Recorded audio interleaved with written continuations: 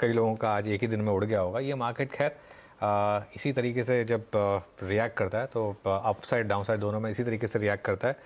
अगले 1.5 घंटे में बात करेंगे फिर कि क्या मार्केट में एक करेक्शन की शुरुआत हुई है, एचडीएफसी बैंक में आपको क्या करना चाहिए, बाकी स्टॉक्स जो रिएक्ट कर रहे हैं, Kotak Mahindra bank, ICICI bank, उनमें क्या करें, इंडसइंड बैंक में नंबर से पहले क्या करें, आईईएक्स पर जो आज मूव बना है उस पर क्या करें, इन सब चीज़ों पर बातचीत होगी। उससे पहले मार्केट का एक बेसिक सेटअप आपको मैं बता देता हूँ। और क्लियरली एक तगड़ा झटका मेरे ख्याल से रीसेंट मेमोरी में शायद ये सबसे तगड़ा झटका लगा है, और उसका कारण एचडीएफसी बैंक, क्योंकि मुझे याद नहीं लास्ट टाइम एचडीएफसी बैंक कब गिरा था इस तरीके से। ये ऑलमोस्ट सिमिलर है हर्षदा, जब मैंने अपना करियर की शुरुआत की थी तो एक दिन इन्फोसिस इस तरीके से गिरा था 2004 में, जब वो उसके नंबर्स ख़राब आए थे। ये मुझे उस दिन की याद दिला रहा है, क्योंकि मार्केट का सबसे इन्फ्लुएंशियल स्टॉक और 7.5% एक ही दिन में गिर गया, और उसी ने पूरा का पूरा बैंक निफ्टी की करेक्शन को लीड किया। और निफ्टी और बैंक निफ्टी दोनों बहुत क्रूशियल लेवल्स के नीचे ट्रेड कर रहे हैं, इस चीज़ को ध्यान रखिए। देखते हैं आखिरी का 1.5 घंटा कैसे रहता है। अनुज, फिर सवाल यही है, कंस्टिंग कॉशन था एंड मैं बस उम्मीद कर रही हूँ कि आवाज के दर्शकों को इतना नुकसान नहीं होगा, क्योंकि हम पिछले 1-2 दिन से कह रहे हैं कि थोड़ा सा सतर्क रहिए, ऊपरी लेवल्स पर बिकवाली करके चलें। आज के क्लोज के लिए क्या लेवल इंपॉर्टेंट होगा दोनों निफ्टी और निफ्टी बैंक में, कंसिडरिंग आज तो बैंक निफ्टी की एक्सपायरी भी? बिल्कुल हर्षदा, वैसे कल ना मेरे को जब हमने क्लोजिंग में एक व्यू लिया था कि शॉर्ट कैरी करके जाएं, जी हाँ, मेरे को बिल्कुल अंदाज़ा नहीं था कि एचडीएफसी बैंक इस तरीके के नंबर्स लाएगा, और ना ही बिल्कुल ऐसा अंदाज़ा था कि मार्केट आज ही इतना ज़्यादा आपको डाउन टिक दे देगा। लेकिन वो बस टेक्सचर बता रहा था कि एक शॉर्ट का मार्केट बन रहा है।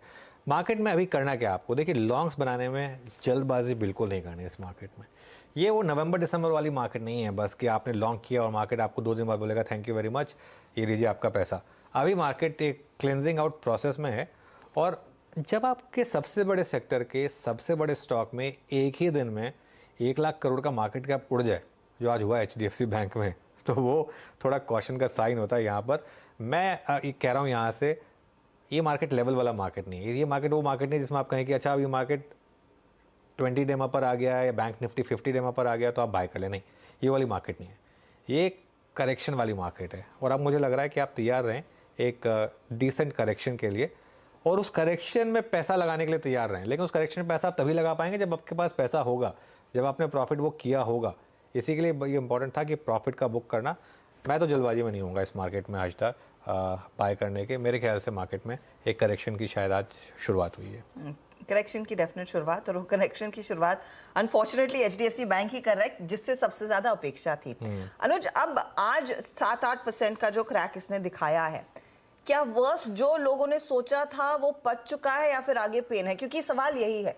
मैं कुछ रिपोर्ट्स कल शाम को ही पढ़ रही थी, और वो सीडी रेशियो एलसीआर पर लोगों का अनुमान यही था कि एट द मोस्ट 2 से 3% टूटेगा। इतनी गहरी करेक्शन अदर देन एडीआर शायद किसी ने अंदाजा नहीं लगाया। उसका रीजन पता है क्या है? उसका रीजन ये है कि हर कोई प्रिजनर है अपने व्यू के साथ। यही अगर कोई और बैंक होता तो सब ने डाउनग्रेड कर दिया होता। ये 2200 के जो प्राइस टारगेट सबने दिए हुए थे, ये इसलिए दिए हुए थे क्योंकि एकदम से कैसे आप बोल दें कि अब हम अभी हमें नहीं अच्छा लगता, अभी हमें नहीं अच्छा लग रहा, ठीक है ना। जो मैं इसका एक रैशनल समझा रहा था, सचिन तेंदुलकर अगर 2 साल के लिए आउट ऑफ फॉर्म होगा, कभी किसी ने ये थोड़ा बोला होगा कि ये इनको ड्रॉप किया जाएगा, वो रिटायर कर सकते हैं, ड्रॉप नहीं। कोहली के लिए कभी कोई बोलता नहीं है ना कि ड्रॉप कर दो कोहली को। ये हो सकता है कि कोहली कब रिटायर होंगे, ये सवाल आ सकता है। एचडीएफसी बैंक इसके लिए लोग, किसी की हिम्मत नहीं होती उसको डाउनग्रेड करने की। मैं आपको एक बहुत इंटरेस्टिंग चीज़ बता रहा हूँ एचडीएफसी बैंक में क्या होने वाली है। आप आज के ना डिलीवरी वॉल्यूम्स देखिएगा एचडीएफसी बैंक के, 6 करोड़ का वॉल्यूम हो चुका है। 6 करोड़ का वॉल्यूम मतलब करीब करीब 10,000 करोड़ का ओवरऑल वॉल्यूम। आप अज्यूम करके चलिए कि इसमें जो 2 बजे तक का मामला है वही 1 बजे तक का मामला वही प्ले आउट हुआ, तो 1 बजे तक यहाँ पर करीब 70% डिलीवरी मार्क हुई है। तो 10,000 करोड़ पे मतलब 7,000 करोड़ की डिलीवरी। इसका मतलब आज एचडीएफसी बैंक का डिलीवरी वॉल्यूम, कल सुबह में एनालाइज करेंगे तो उसको आप एनालाइज करिएगा।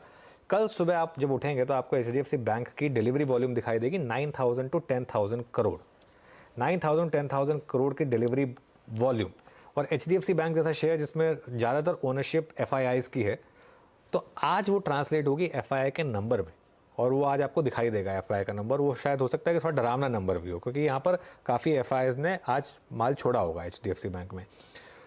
जब भी किसी बैंक में या किसी स्टॉक में 10,000 करोड़ की डिलीवरी सेलिंग एक दिन में हो जाए अर्षदा, तो उसको उभरने में टाइम लगता है। of तो course. ये एक चीज़ आप मान के चलिए, HDFC बैंक में अब नियर टर्म के लिए टॉप बन गया है। बॉटम बना है कि नहीं बना ये नहीं पता मुझे, टॉप बन गया है। HDFC बैंक का जो कल का हाई था वो क्रॉस होने में अब इसको हो सकता है कि पूरा एटलीस्ट 6 महीने लग जाएं, वो भी अगर अगले क्वार्टर के नंबर अच्छे हैं तो। बॉटम बना है कि नहीं बना है, 1533 पे 200 डे मूविंग एवरेज है।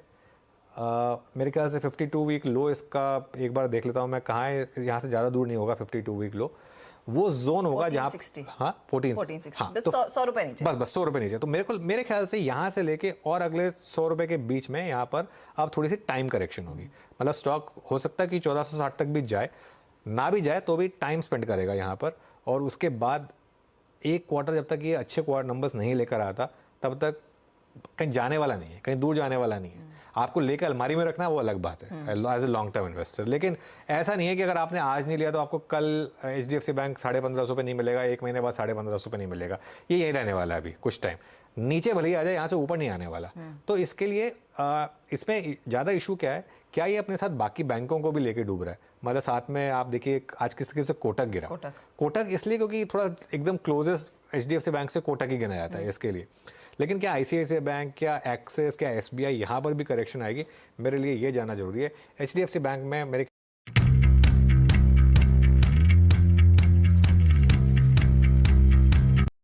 पिन पॉइंट था और इसने बाकी पूरे बाजार को नीचे खींचा है। वीरू बताइए अब आगे